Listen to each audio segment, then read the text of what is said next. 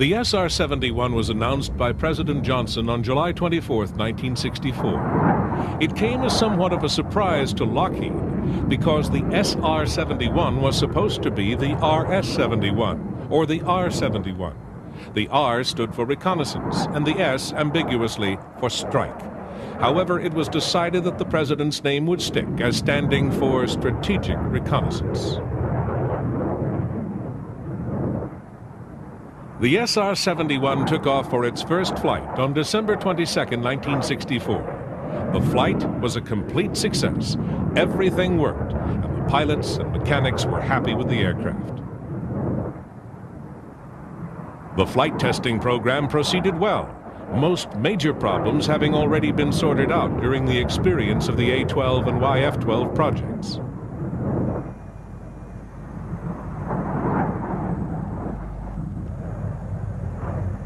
The SR-71 progressed to acceptance tests at Edwards Air Force Base on August 13, 1965, and proceeded smoothly through testing and into service.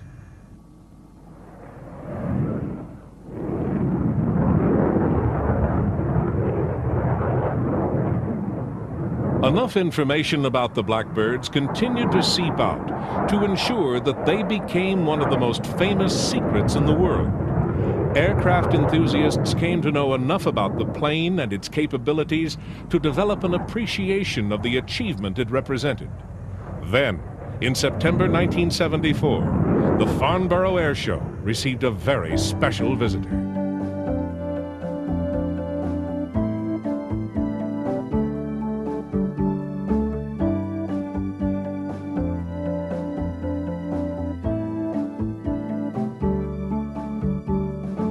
The SR-71 had flown from New York to London in 1 hour, 54 minutes, 56.4 seconds.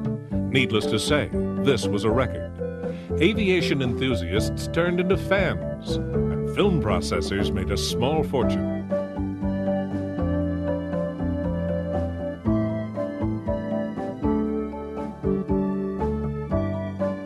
Whenever the SR-71 turned up at an air show, it attracted a large crowd on its own. In fact, even the unfounded rumor that one would show up led to good crowds. The SR-71 spent so little time in public that this was understandable.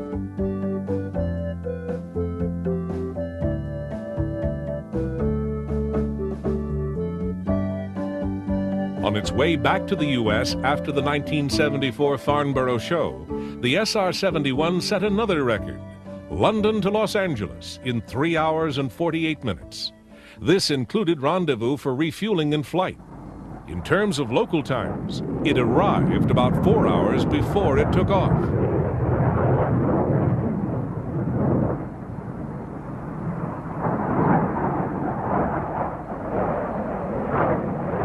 Among other records claimed by the Blackbird was the flight on the 26th of April 1971, which covered 15,000 miles in 10.5 hours non-stop. This was the equivalent of San Francisco to Paris and back.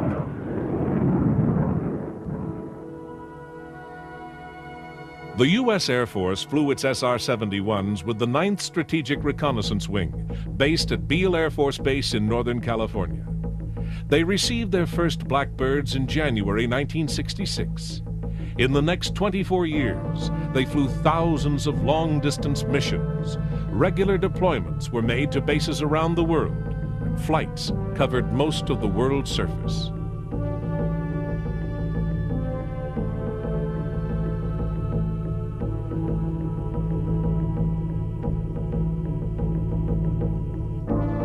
Only top-of-the-line pilots were eligible to fly the SR-71. Requirements were about the same as for the astronaut program. There were no shortages of applicants for the job, however.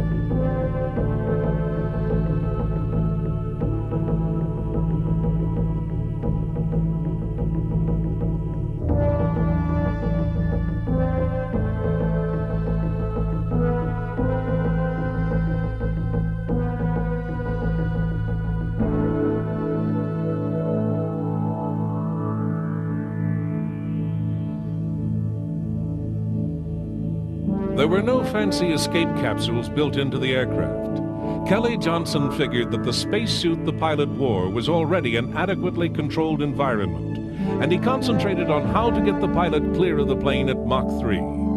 The ejection seat and parachutes inevitably had to be specially developed.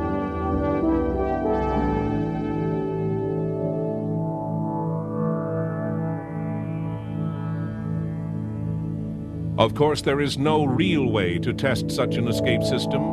Obviously, you cannot simply take a Blackbird up to Mach 3 at 80,000 feet and shoot the crew out.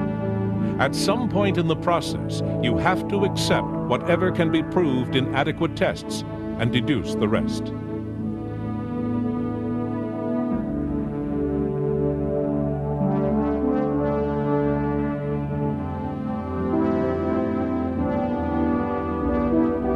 At those heights and speeds, what was achievable could at best be only partially guaranteed. Over the years, at least 11 SR-71s were lost for various reasons, and several crewmen died.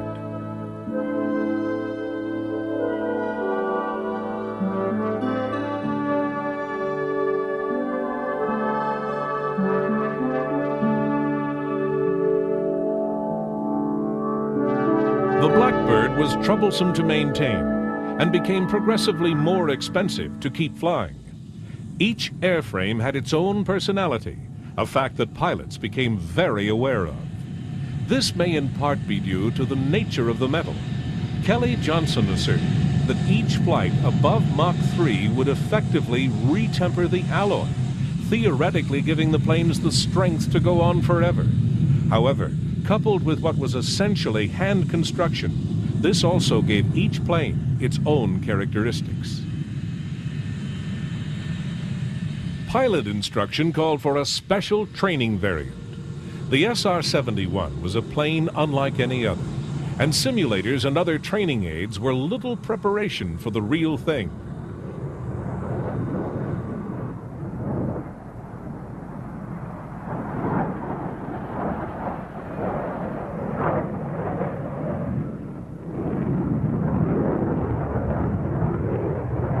The trainer sat in a second cockpit, stepped above the normal clean lines of the airframe. It was cramped and afforded little view, but there was only so much that could be done to the shape without losing supersonic ability. To give an example, the A-12 trainer, nicknamed the Titanium Goose, was not even capable of flight at Mach 2, far short of the standard aircraft's ability. Most of the serious candidates for the job of SR-71 pilot had logged over 3,000 flying hours. There were around 3 jobs a year, and one can only guess at the number of applicants. One pilot, Colonel Robert Powell, was to log a total of 1,020 hours flying the SR-71. This meant that he had more hours in his logbook at above Mach 3 than any other pilot in the world. In those hours, he flew over 1 million miles.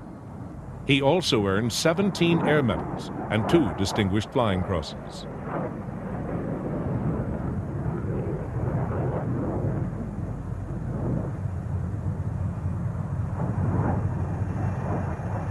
Kelly Johnson led a team of designers that produced a string of remarkable aircraft.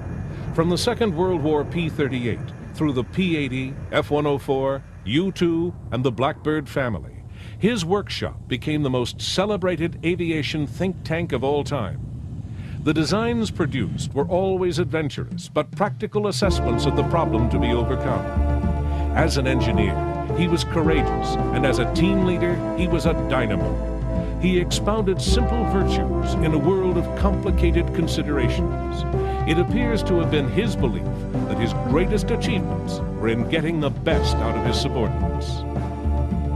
His only experience in supersonic flight came in the A-12 trainer. For the father of so many remarkable aircraft designs, this was surely an experience he would savor for many years.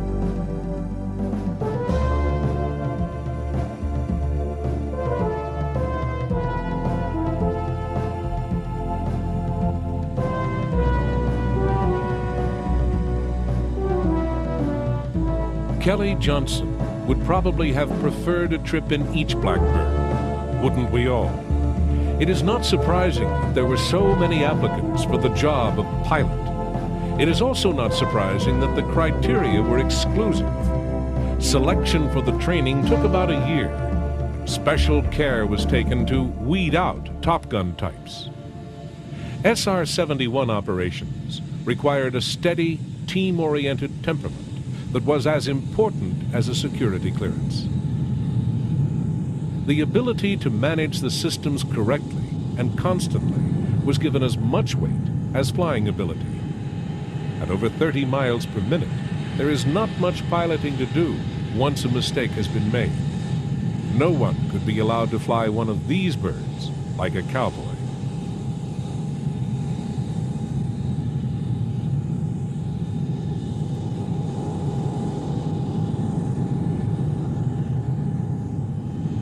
A critical key to the Blackbirds had been the development of a fuel that would not burn simply because of the heat in the tanks, which, like the rest of the plane, got very hot at high speed.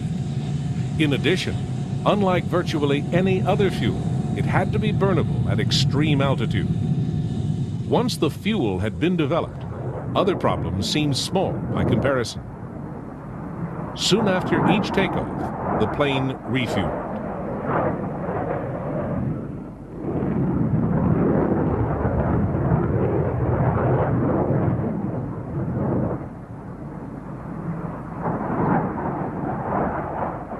In some aspects, Blackbirds are quite basic.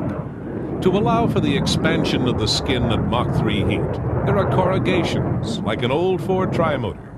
In addition, to save weight and complexity, the skins are also the fuel tanks.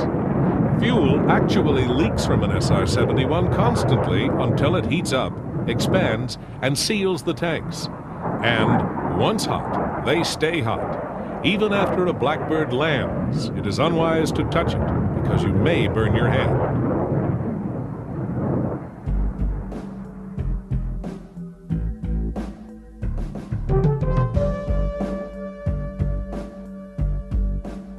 Time did not pass these planes by.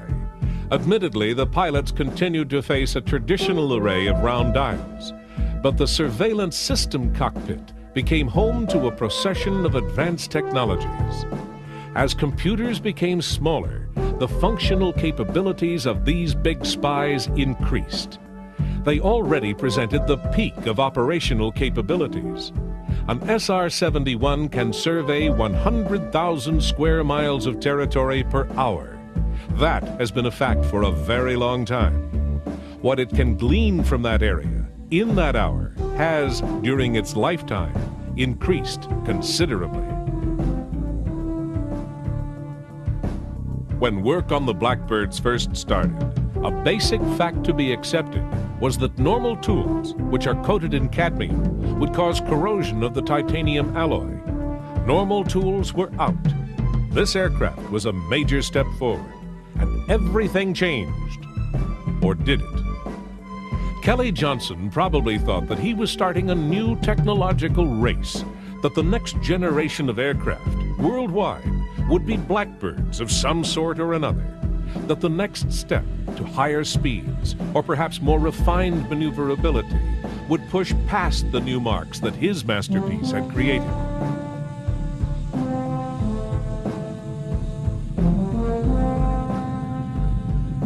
But that was not the way it went.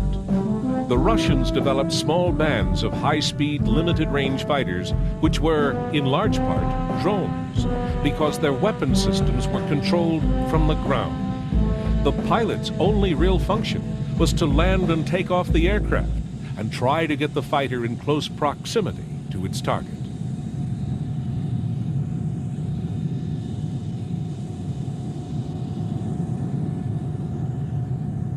Apart from Soviet attempts at interceptors, Kelly Johnson's masterwork continued to rule the skies. What the CIA and U.S. Air Force did with them remains very secret, but there is enough information about their operational parameters and the equipment they could carry for one to spend hours in informed speculation about what they actually did.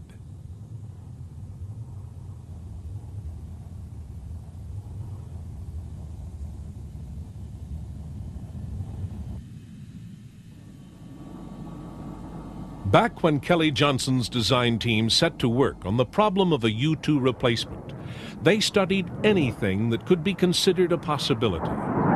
Among their early work was a proposal for a hydrogen-powered space aircraft, which Johnson described as a big flying vacuum bottle. This was well outside the technical ability of the time and was dropped. The plane that evolved bore no resemblance to a vacuum bottle. Super sleek and futuristic, the A-12. It should also have been outside the technical feasibility of its era, but has flown into history as one of the greatest achievements in engineering and one of the greatest aircraft ever constructed.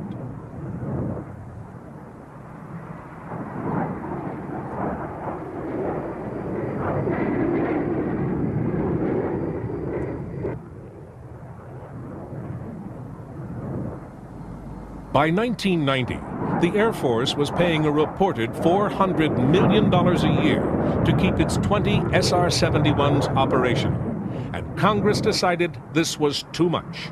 The allocation was canceled. The Blackbirds were doomed.